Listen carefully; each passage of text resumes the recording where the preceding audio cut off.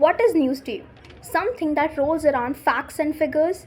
But what happens when commercial newspapers are more concerned about their profit and TRP than anything else? Namaste, this is Shreya Singh and you're watching The Conclusive Indian. The last decade of the 19th century is considered the most significant in the history of press because it marked the beginning of yellow journalism, which was the most dramatic episodes in the history of press.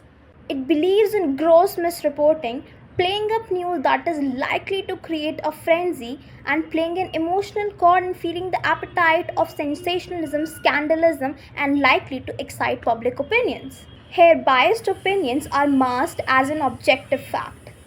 Various features, devices, gimmicks, styles, and experiments were done with the newspaper to make it more alluring to the readers. Newspapers today contain many of the devices that are actually the product of the rivalries of 1890s.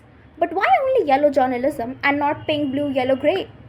This dates back to the 1890s when a small newspaper containing such story was published on a particular kind of yellowish paper. One of these was Color Comics, an early comic character called the Yellow Kid, from which yellow journalism is said to have derived its name from. It all started with the onset of rapid industrialization. The Industrial Revolution eventually affected the newspaper industries. Machines now could easily print thousands of newspapers in a single night. Newspaper and television media, in an attempt to boost circulation, have attempted and restored to such devil practices under the banner of journalism. The average Indian can identify symptoms of yellow journalism with ease. The media often plays along with the rumors, not bothering to verify, printing bogus interviews and faking quotes.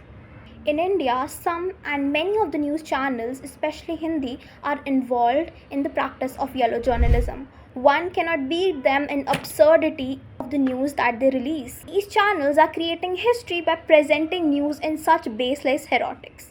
With this, I, Shreya Singh, sign off and you are watching The Conclusive Indian. Namaste.